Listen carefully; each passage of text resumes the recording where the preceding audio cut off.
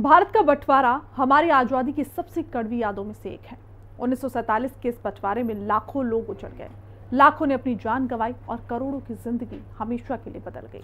आजादी की खुशी के साथ ही इस दर्द ने हमारे इतिहास में गहरी छाप छोड़ी। इसी पीड़ा को याद कर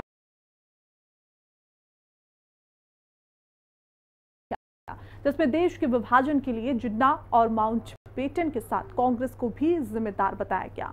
और एनसीईआरटी के इस मॉड्यूल के सामने आते ही इस पर सियासी महाभारत मच गए। कांग्रेस को इससे ऐसी मिर्ची लगी, वो किताब को जलाने तक की बात करने लगे।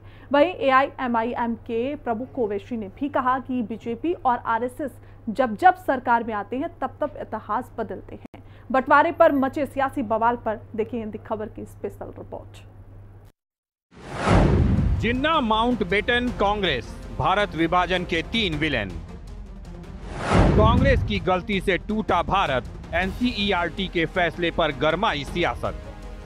देश की आजादी के 79 साल पूरे होते ही एक नया विवाद सामने आ गया है और ये विवाद है आजादी के दौर के इतिहास को लेकर। दरअसल भारत सरकार ने 14 अगस्त को विभाजन विभीषिका स्मृति दिवस घोषित किया है। इस दिन का उद्देश्य छात्रों और समाज को ये याद दिलाना है कि 1947 के भारत पाकिस्तान बंटवारे ने लाखों लोगों की जिंदगियों पर कितना गहरा असर डाला। एनसीईआरटी की किताबों में भी मिडिल और सेकेंडरी स्कूलों के बच्चों को पढ़ाई में ये सिखाया जाएगा कि आज़ादी के समय 1947 में हुए बंटवारे से लोगों को कितनी मुश्किलों और दुखों का सामना करना पड़ा और हमें उससे क्या सीख लेनी चाहिए। लेकिन एनसीईआरटी के नए मॉड्यूल के बाद इतिहास की किताबों से निकलकर आज सियासी गलियारों में एक सवाल गूंज रहा है कि क्या वाकई देश का बंटवारा सिर्फ जिन्ना की जिद का नतीजा था या फिर कांग्रेस की सहमति भी इस खून खराबे की जिम्मेदार थी। एनसीईआरटी के नए मॉड्यूल ने जब यही सच देश के सामने रखा तो इसको लेकर सियासत की जमीन गर्म हो गई। सरकार आरोपों के तीर चला रही है और कांग्रेस तिल मिला रही है। लेकिन देश जानना चाह रहा है कि क्या कांग्रेस के फैसले ने ही आतंकिस्तान को जन्म दिया है। हम ऐसा क्यों कह रहे हैं, आपको बताते हैं। दरअसल एनसीईआरटी के खास मॉड्यूल में बताया गया है कि भारत का विभाजन किसी एक व्यक्ति की वजह से नहीं हुआ था, बल्कि इसके लिए 3 लोग जिम्मेदार थे। मॉड्यूल ये बताता है कि मोहम्मद अली जिन्ना ने बंटवारे की मांग की, कांग्रेस ने बंटवारे को स्वीकार कर लिया और लॉर्ड माउंटबेटन ने इसे लागू कर दिया। तस्वीर आपको दिखाते हैं उस किताब की जिसमें साफ साफ ये कारण लिखा है कि कांग्रेस की सहमति के बिना बंटवारा मुमकिन नहीं था। कम से कम एनसीईआरटी की ये किताब यही बता रही है। विभाजन विभीषिका स्मृति दिवस के तौर पर इसके पहले पन्ने में जिन्ना का जिक्र है, दूसरा कांग्रेस का जिक्र है और तीसरा जिक्र है लॉर्ड माउंटबेटन का। और एनसीईआरटी की नई किताब की जानकारी जैसे ही सामने आई, कांग्रेस और बीजेपी के बीच जुबानी जंग तेज हो गई। बीजेपी का कहना है कि विभाजन का कटु सत्य छिपाना ही कांग्रेस की सबसे बड़ी गलती रही है, जबकि कांग्रेस ने इस मॉड्यूल का कड़ा विरोध करते हुए इसे झूठा बताया है और इसे जला देने की मांग की है। जो विभाजन का कटु सत्य है उसको सम्मिलित किया है अध्ययन के लिए। इस सच को रोकने के लिए और सामने ना आए, सबसे पहले दर्द हुआ है तो राहुल जिन्ना पार्टी को हुआ है। और ये कहना गलत नहीं होगा कि जिन्ना और राहुल, इनकी सोच एक जैसी और एक दूसरे का पर्याय ये बन चुके हैं। हम सब जानते हैं धर्म के आधार पर अखंड भारत को बांटा गया और उसके बाद जो जहरीली सोच जिन्ना की थी, तुष्टीकरण, सांप्रदायिक, वही सोच आज नकली गांधी, राहुल गांधी और कांग्रेस पार्टी में दिखाई देती है। गुजरात में साबरमती के किनारे हिंदू महासभा का राष्ट्रीय अधिवेशन हुआ था, जिसमें यह स्पष्ट तौर पे कहा गया था कि हिंदू और मुसलमान एक देश में नहीं रह सकते। 1940 में इसी जुगलबंदी को आगे बढ़ाते हुए लाहौर अधिवेशन में, मुस्लिम लीग के लाहौर अधिवेशन में जिन्ना ने यही बात दोहराई थी। हिंदू महासभा और मुस्लिम लीग ने गठजोड़ किया, गठबंधन किया, सरकारें बनाई एनडब्ल्यूएफपी में, बंगाल में, सिंध में, और सिंध असेंबली में पार्टीशन का प्रस्ताव पारित हुआ। गठबंधन की सरकार थी, हिंदू महासभा और मुस्लिम लीग की। लिखा है क्या उस मॉड्यूल में एनसीईआरटी में? आग लगा दीजिए इस किताब को अगर यह सब नहीं लिखा है तो। इतिहास के अगर सबसे बड़े विलेन कोई है, भारत का विभाजन गलत सोच की वजह से हुआ।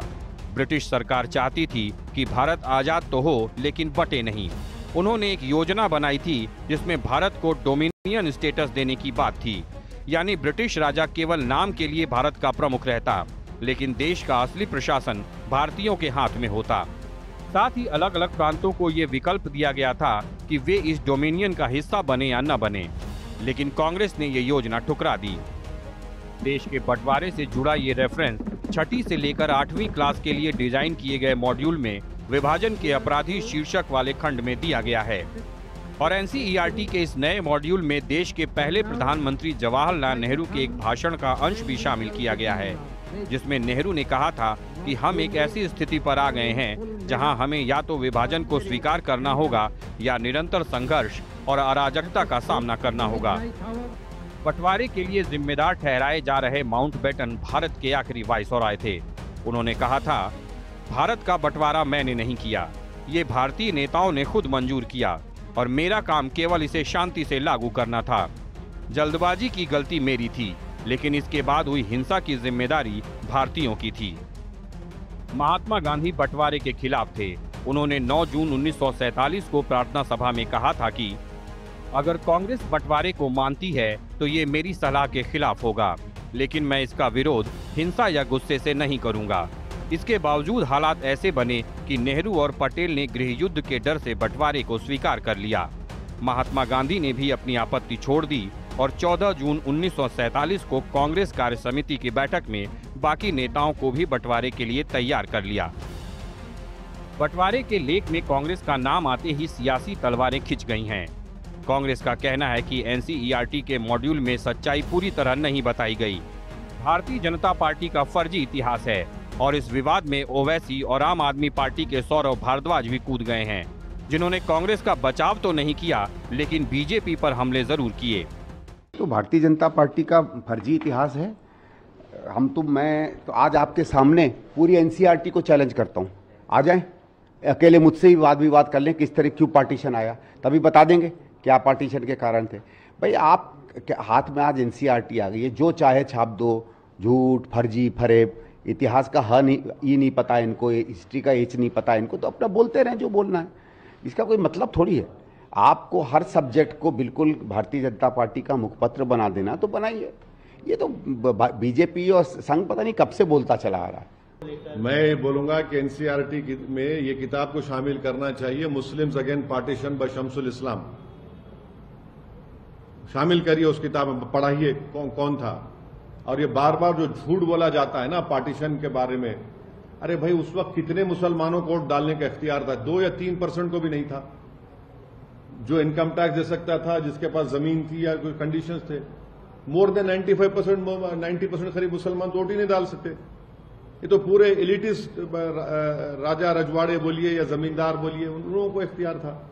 इतिहास को अगर देखेंगे तो हिंदू महासभा और आरएसएस हमेशा से 2 नेशन थ्योरी का सपोर्ट करते रहे। विनायक दामोदर सावरकर ने जो अपनी किताब लिखी 1923 में हिंदुत्व, उसमें उन्होंने 2 देशों की थ्योरी कही कि हिंदुओं के लिए एक अलग होना चाहिए, मुसलमानों के लिए एक अलग होना चाहिए। तो जाहिर सी बात है, जिन्ना हो, हिंदू महासभा हो और आरएसएस हो, ये सभी लोग भारत के विभाजन के पक्ष में थे। तो भारत के विभाजन के लिए आप सिर्फ कांग्रेस को जिम्मेदार ठहरा दें, ये ठीक नहीं है, या जिन्ना को जिम्मेदार ठहरा दें, ये ठीक नहीं है। आपको आरएसएस और हिंदू महासभा को पूरी जिम्मेदारी देनी पड़ेगी, क्योंकि इन्होंने इस थ्योरी की कई बार फॉर्मली वकालत की। एनसीईआरटी ने इस संदर्भ में 2 अलग अलग मॉड्यूल प्रकाशित किए हैं। पहला 6ठी क्लास से लेकर 8वीं तक के लिए और दूसरा 9वीं से 12वीं क्लास यानी माध्यमिक स्तर के लिए लेख लिखे गए हैं। ये अंग्रेजी और हिंदी माध्यम में हैं और नियमित पाठ्य पुस्तकों का हिस्सा नहीं हैं। हालांकि इनका उपयोग परियोजनाओं, पोस्टरों, चर्चाओं और बहसों के माध्यम से किया जा रहा है। दोनों मॉड्यूल प्रधानमंत्री नरेंद्र मोदी के 2021 के संदेश के साथ शुरू होते हैं, जिसमें विभाजन विभीषिका स्मृति दिवस मनाने की घोषणा की गई है। जिस तरह से बंटवारे का दोषी ठहराए जाने पर कांग्रेस बिफर गई है, ऐसे में सवाल ये है रोकने का प्रयास किया था या फिर कांग्रेस के नेताओं ने बंटवारे को बेरोक-टोक होने दिया, और अगर ऐसा हुआ तो कांग्रेस को अब ये सच इतना क्यों चुभ रहा है। हिंदी खबर की स्पेशल रिपोर्ट।